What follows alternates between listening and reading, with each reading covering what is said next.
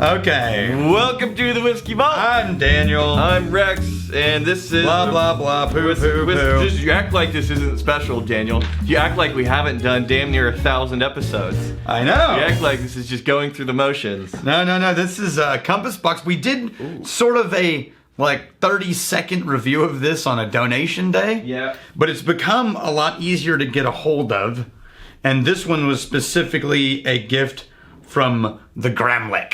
The Gramlick? I can't remember what his first name is, but he never wrote it down, so... The Gramlick! You magnificent bastard!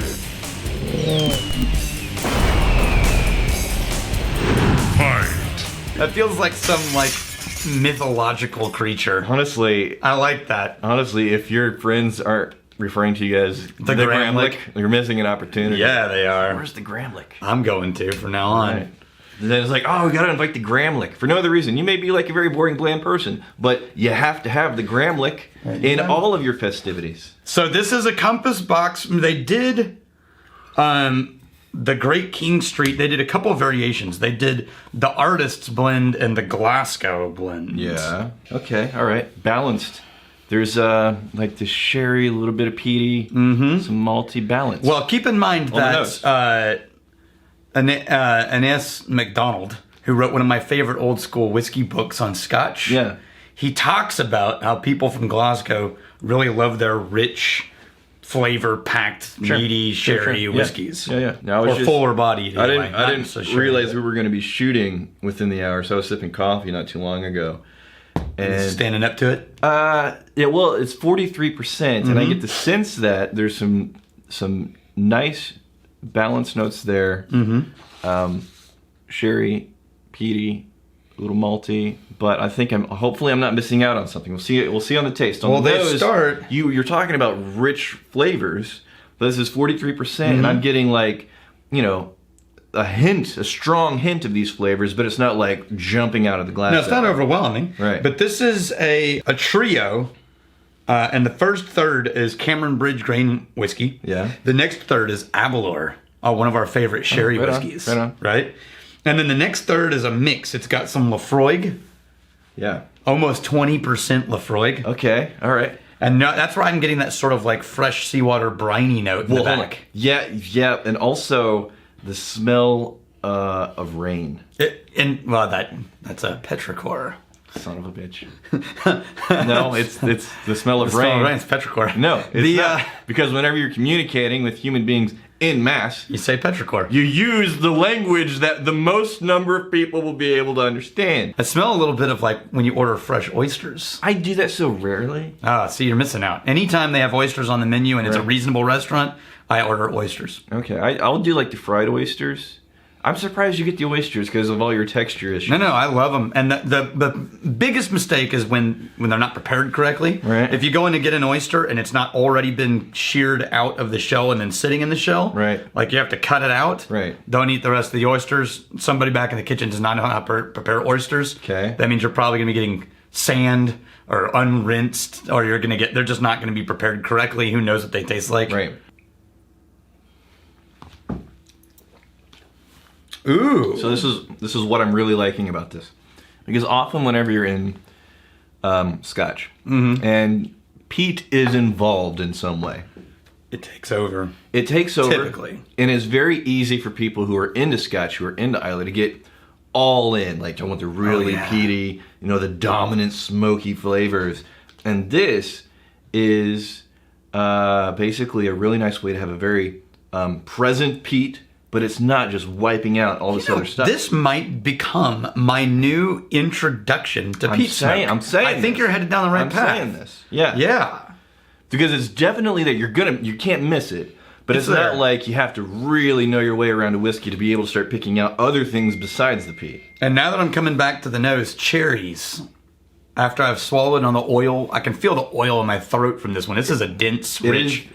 It is very oily. There's a lot more character on the taste than I was expecting from the nose at the 43%. It's 43%. It shows up. There's enough there to be interesting. On the palate, it does this thin, sweet, and then instantly blossoms out into this oil, and then the lingering taste, I think, is Lafroig. Yeah. Of course. Yeah, but the mid-range is all Abalor. And a little bit of that vanilla from Kleinlich. Vanilla. That's, And then kind of like the damp earth, almost a mossy. This is just a beautiful blend. Yeah. You know, I would almost say that the nose on this is elegant. Yeah, I say so. You know what I mean? Yeah, elegant with some nicely balanced complementary notes going on in there. That's a hell of a whiskey. I like the whiskey. I like it. It's a good whiskey. All right, we're going to move on to one probably nobody can get their hands on. Anthony La Cosa Nostra. I work a night shift and always feel slightly dirty drinking in the morning. But that's the end. I've had this moment too. I always explain to the grocery store lady I work a night shift, Olive. You feel the need to explain? Yeah. I feel bad. You're a paying customer and you just feel compulsion. Like, no, I don't have a problem.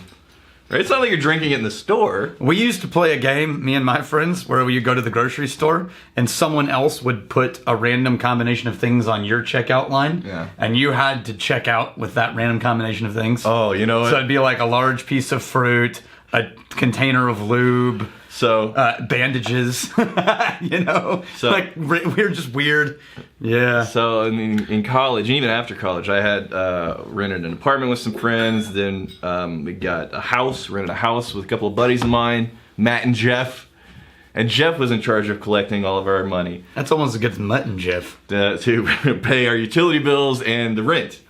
Right, so we would always write him a check.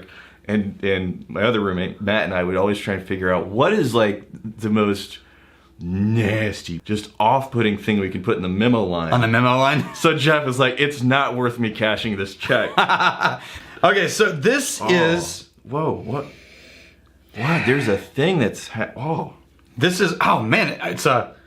This is the most fruity cinnamon nose I've ever had. Okay, yeah. This is like cinnamon Red Hots jumping out of the Candied glass. cinnamon is what I was going to say. Candied cinnamon. Yeah. And then candied cinnamon with like this really nice, not at all tannic, but this really nice velvety oak. And then a slight cherry. Yeah. Like the fake candied maraschino cherries. That smells beautiful. So this is from Grayton, California, Grayton Distillery. Okay. And This is...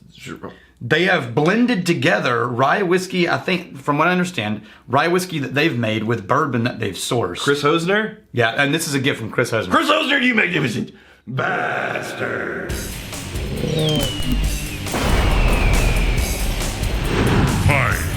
So what's happening here is he's blending together bourbon and rye. 60% rye, 40% bourbon. Okay. Sort of like the High West. Yeah. What was the one? I can't remember the one that they blended. Burai. Yeah. Barai, yeah. Anyway, so I think they made the rye, and it's at least 2 years old. Okay. But they sourced the bourbon, and then they rested it in port, wine, and oak barrels. Okay. And then blended it together. There's some kind of wood, a really aromatic wood that this is reminding me of. Sandalwood. So sandalwood, not but in and of itself. No. Sandalwood. You know what it is? It's like the sandalwood incense sticks. Yeah. That you light. Yeah. So it's like it's overly dramatic. There's a layer. Fake version of sandalwood. A layer of sandalwood, and then there's some walnuts in there. Beautiful nose on this. Yeah. Yeah. All right. Oh, that's just really lovely. That's taste. That's a great blend. Yeah. Whoever blended this knows what they're doing. Yeah. This is so balanced. Yeah. Two balanced in a row. Yeah. Wow. Oh, and then this vanilla finish. Man, see, this is why Cherry vanilla. I did these back to back because they were both blended. Cherry vanilla finish. Yeah, cherry vanilla. Yeah. I think blending is such a beautiful art form, and every whiskey you've ever had is blended, Right. unless it said single barrel on it. Even cask strength doesn't necessarily mean it's one barrel. Right. But the odds are. I mean, even, if it's all from one distillery, it's a single malt. It's still a master blender or a master distiller blending together barrels to create that release of that malt. I think it's underrated. I don't think most people, whiskey nerds know this, but most humans don't realize blending, how much people mix things together to create what they drink. And it's honestly, on the taste, it's kind of tricky for me to pick out individual notes because it's so... the complementing of these flavors just melt from one to another, and I'm thinking, it's like oaky, cherry, some walnut. It's like an element of sandalwood. Yeah. But it just seamlessly goes from one flavor to another. And usually whenever you're trying to pick out notes, it's like, what does this remind you of? And when you're tasting whiskey, there should be this brief moment, oh, this is really apple, or this is really molasses, but this is just so effortlessly congealed and combined and moving from one note to another. Yeah, there's something in there that I can't put my finger on. It's almost a citrus note. Almost. But it doesn't get... No, it's only in the taste, it's not in the nose. It doesn't get that acidic and pointed as like a true citrus. But is it tangerine? No, I don't know that it's an actual fruit. No. Like, it reminds me of the candied oranges that you get that are sort of chewy and dusted with sugar on the outside. Right. Oh, it's like encrusted with sugar, those things. Yeah. But that's not quite it. Yeah. I don't know. So can I make an admission on this? Go ahead. So, the guy, Derek Benham, who is responsible for this. Sure. He was a wine guy, and his photo on their website has him wearing a true top hat and a scarf and a jacket. Right. And my first thought was like I could be an asshole. But now that I'm drinking what he blended, I just don't even care. I want to hang out with that guy. Right, regardless. I want to hang out with that guy, and I would walk around town with him while he wore his top hat and his sweatshirt. Right. I wouldn't even be ashamed. I'd be like, yeah. You would hold his monocle collection. Yeah. Whenever he wants to switch one out. Here you go, sir. You're just the monocle guy. I would even carry his cane for him, whenever he needed it to sit down.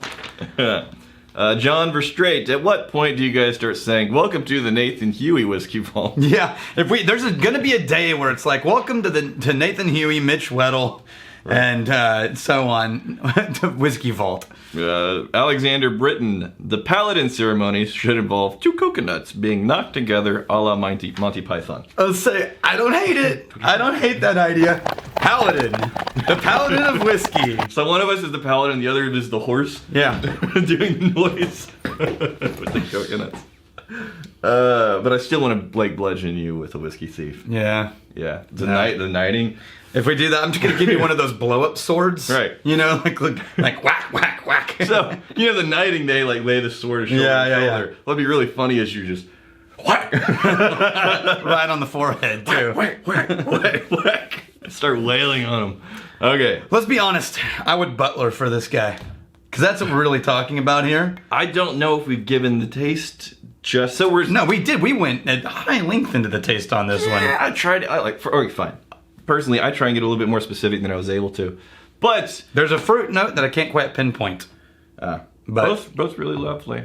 Here's to fighting, stealing, and drinking. If you fight, may you fight for a friend. If you steal, may you steal a lover's heart. And if you drink, may you drink with us. Hey, thanks for hanging out with us in the Whiskey Vault. Don't forget to throw in a like, hit that subscribe button on the bottom right, and drop a question or comment down below.